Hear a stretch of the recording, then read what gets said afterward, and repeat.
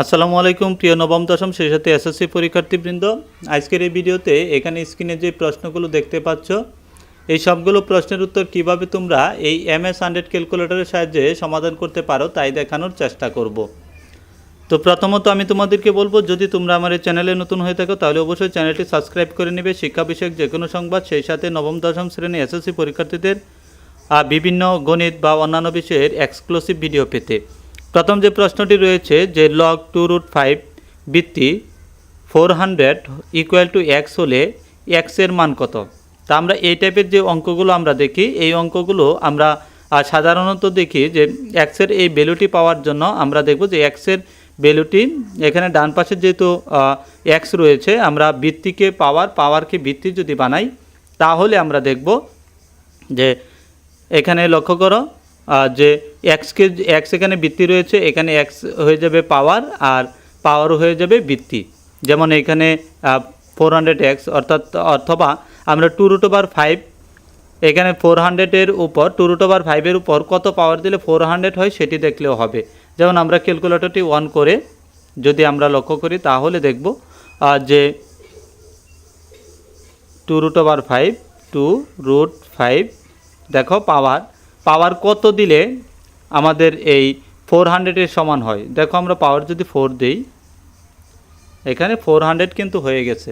তার মানে তুমি দেখবে যে এই টাইপের যে অঙ্কগুলো রয়েছে এই অঙ্কগুলোর মধ্যে অপশন যে 4টি অপশন থাকবে, সেই অপশনগুলো থেকে তুমি প্রথমে এখানে যে বৃত্তিটা থাকবে সেই বৃত্তির উপরে তুমি পাওয়ার দিবে, এইখান থেকে মানে অপশন থেকে অপশনগুলো নেবে, যেটি এই যে পাওয়ার রয়েছে এই পাওয়ারের সাথে মানে 400-এর সাথে মিলবে সেটি তুমি উত্তর ধরে নিবে, সেটি কিন্তু আনসার হয়ে যাবে। এখন দেখো যে 2 নং অঙ্কটি রয়েছে, এই অঙ্কটি কিন্তু অত্যন্ত গুরুত্বপূর্ণ। এই টাইপের অঙ্কগুলো কিন্তু পরীক্ষায় বেশ কয়েকবার এসেছে। এখানেও ঠিক একই পদ্ধতি, যে লগ এক্স বৃত্তি 1/9 ইকুয়াল টু -2 হলে এক্সের মান কোনটি। তো এখন এক্সের মান কত হবে সেটি আমরা দেখার জন্য আমরা কি করব, এখানে যেহেতু লগ 1/9, দেখো আমরা এটিও কিন্তু অপশন থেকে আমরা নিতে পারি। যেমন আমরা লগ এক্স বৃত্তি 1/9 আমরা জানি যে বৃত্তি হয়ে যায় পাওয়ার হয়ে যায় বৃত্তি, সেভাবেও কিন্তু আমরা নিতে পারি। আর যদি ক্যালকুলেটরে করি তাহলে আমরা এই এক্সের পরিবর্তে যদি আমরা 3 ধরি তাহলে আমরা এই বাম পক্ষের যে অংশটুকু রয়েছে সেই অংশটুকু কত হয় সেটি আমরা দেখব। যেমন আমরা প্রথমেই লিখব লগ 1/9 বন্ধনী দিয়ে 1/9 বন্ধনী দিয়ে দেব। বন্ধনী দেওয়ার পর মানে এটি আমরা ভগ্নাংশ লিখলাম লগ 1/9, তারপর বাক চিহ্ন দিয়ে আমরা লিখব লগ, এখানে এক্সের যে ভ্যালুটি রয়েছে এক্সের কিন্তু এখানে কোনো ভ্যালু নেই, আমরা এক্সের পরিবর্তে 3 লিখব। 3 লেখার পর সমান চিহ্নে প্রেস করে আমরা দেখব যে -2 এর সমান হয় কি না। দেখো এখানে -2 এর সমান হয়েছে, তার মানে এটি কিন্তু উত্তর। আমরা এখানে যে এই যদি এইরকমও থাকে অসুবিধা নেই, আমরা অপশন থেকে নিব। এখানে এক্স রয়েছে, এক্সের পরিবর্তে অপশন থেকে আমরা লিখব, লেখার পর সমান চিহ্নে প্রেস করে দেখব যে ডান পাশে -2 এর সমান হয় কি না। তার পরবর্তীতে যে 2টি প্রশ্ন রয়েছে এই 2টি প্রশ্ন একটু পর দেখাচ্ছি। আমরা এখানে লক্ষ্য করো যে 5 নং যে প্রশ্নটি রয়েছে এই প্রশ্নটি √5 বৃত্তি 2x + 1 = 125 হলে এক্সের মান কত। আমরা যে বাম পক্ষটি রয়েছে এই বাম পক্ষটি ক্যালকুলেটর ইনপুট করব। দেখো এখানে প্রথমে 2টি বন্ধনী দিয়ে দিলাম, 2টি বন্ধনী, কারণ উপরে পাওয়ারেও বন্ধনী দিতে হবে √5, তারপর বন্ধনী দিয়ে পাওয়ার দিয়ে দিলাম 2x, বন্ধনী দিয়ে 2x লিখব 2 আলফা, এবং এই বন্ধনীতে প্রেস করলে x চলে আসবে +1। এখন বন্ধনী 2বার দিয়ে দিলাম। দেখো আমরা লেখার পর আমরা এই সলভে প্রেস করব। দেখো সলভে প্রেস করার পর x প্রশ্নবোধক এসেছে। আমাদের এখানে যে 4টি অপশন থাকবে সেই 4টি অপশন থেকে আমরা দেখব যে আসলে 5/2 লিখলে, দেখো এখানে 5/2 লিখলে 125-এর সমান হয় কিনা, যে এক্সের একটি ভ্যালু। তো 5/2, তারপর সমান চিহ্নে প্রেস করব। দেখো এখানে 125 এসেছে। এখানে তোমার যে 4টি অপশন থাকবে সেই 4টি অপশন থেকে তুমি চেষ্টা করবে। তো তার পরবর্তী যেই প্রশ্নটি রয়েছে 1 বাটনে প্রেস করে আমরা ক্যালকুলেটরটি রিসেট করে নিলাম। রিসেট করার পর x² = ঘনমূল 27 হলে এক্সের মান কত। তো দেখো আমরা এক্সের মান কত হবে সেটি বের করার জন্য আমরা প্রথমে ঘনমূল 27 সমান কত আসে সেটি আমরা বের করি। শিফট এবং এই √ওভারে প্রেস করলেই কিন্তু তুমি ঘনমূল পেয়ে যাবে।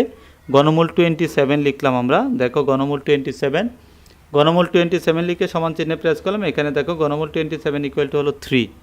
তো তার মানে এইটুকুর অংশ যদি 3 হয় আর তার বর্গ হয়ে যাবে কি √3, মানে বাম পাশে বর্গ রয়েছে, বর্গের বিপরীত হয়ে যাবে, বর্গের বিপরীত হলো বর্গমূল, তার মানে √3। তো আমরা এইভাবেই কিন্তু বের করে নিতে পারি। পরবর্তী যে প্রশ্নটি রয়েছে, এই প্রশ্নটি আমরা, যেহেতু উভয় পক্ষে x রয়েছে, এটি আমরা কী করবে, প্রথমে বাম পক্ষের অংশটুকু লিখে আমরা অপশন থেকে বিভিন্ন মান নিয়ে তোমরা বাম পাশের অংশটুকু লিখে ফেলবে। অর্থাৎ এই যে এখানে যেহেতু সমান চিহ্ন রয়েছে, তার মানে এই পাশে সমান হবে, তার মানে আমরা 5 পাওয়ার দিয়ে 3x, দেখো 3x -7 বন্ধনী দিয়ে দিলাম। দেওয়ার পর আমরা ক্যালসিতে প্রেস করে আমরা 7/3 লিখব। 7/3 লিখে সমান চিহ্নে প্রেস করলাম, মানে বাম পাশের অংশটুকুর মান হলো 7/3 বসালে 1 আসে। তার মানে ডান পাশেও আমরা দেখব যে 7/3 বসালে কি 1 আসে কিনা। আবার এসি বাটনে প্রেস করে আমরা 3 টু দি পাওয়ার বন্ধনী দিয়ে 3 আলফা এবং ব্র্যাকেটে প্রেস করে x -7 বন্ধনী দিয়ে আমরা এখন ডান পাশে অংশটুকু লেখার পর সলভে প্রেস করে আমরা 7/3 লিখে সমান চিহ্নে প্রেস করলে যদি 1 আসে, দেখো 1 কিন্তু চলে এসেছে। এইভাবেই কিন্তু সমাধান করতে পারো। এখন আমরা এই 8 নং অঙ্কের সমাধান দেখব। এই 8 নং অঙ্কের সমাধান দেখার জন্য আমরা প্রথমে log 5 বন্ধনী দিয়ে log 5, মানে উপরে যে সংখ্যাটি থাকবে পাওয়ারে সেটি আগে লিখব, তারপর ভাগ চিহ্ন দিয়ে log 25 আবারও বন্ধনী দিয়ে প্লাস চিহ্ন দিয়ে দিলাম। তারপর এখানে দেখো √ওভার রয়েছে, যেহেতু আমরা বন্ধনী দুইবার প্রেস করব, দুইবার প্রেস করে log 5 লিখব। log 5 ভাগ চিহ্ন দিয়ে log √5 বন্ধনী দিয়ে √5 আবারও বন্ধনী দিয়ে দিলাম। দেখো √5 যেহেতু রয়েছে, এটিকে বন্ধনীভুক্ত করে তারপর সমান চিহ্নে প্রেস করলাম, দেখো চলে এসেছে 2.5। আমরা এবিসিতে প্রেস করব, প্রেস করে দেখব সমস্ত দুই ভাগের এক, অথবা শিফট এবং দেখো শিফট এবং এবিসিতে প্রেস করলে 5/2, শিফট এবং এবিসিতে প্রেস করবে তুমি, তারপরে কিন্তু 5/2 চলে আসবে। পরবর্তীতে যে প্রশ্নটি 3 এবং 4 নং, দেখো 3 নং প্রশ্নটি রয়েছে যে 0.0245 এর বৈজ্ঞানিক রূপ কোনটি। এটি সমাধান করার জন্য প্রথমে তুমি মোডে 5 বার প্রেস করবে, 1 2 3 4 5। দেখো 5 বার প্রেস করার পর সায়েন্টিফিক মোড 2তে রয়েছে, তার মানে 2তে প্রেস করলাম, সায়েন্টিফিক মোডে চলে গেলাম। তারপর এখানে যা রয়েছে 0.0245, দেখো 0.0245 লেখার পর সমান চিহ্নে প্রেস করব। প্রেস করার পর এখানে দেখব যে 2.4, দেখো 2.45 ইন্টু 10 ইনভার্স 2, মানে -2। এখানে দেখবে যে মাইনাসে রয়েছে কত, -2 রয়েছে। আবার ঠিক একইভাবে যদি এসি বাটনে প্রেস করে 15000 তারপর সমান চিহ্নে প্রেস করো, দেখো 1.5 তারপর ইন্টু 10 04, তার মানে ইন্টু 10 4। এভাবেই কিন্তু সমাধান করতে পারো।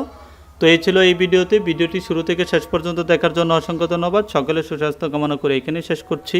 খুদা হাফেজ।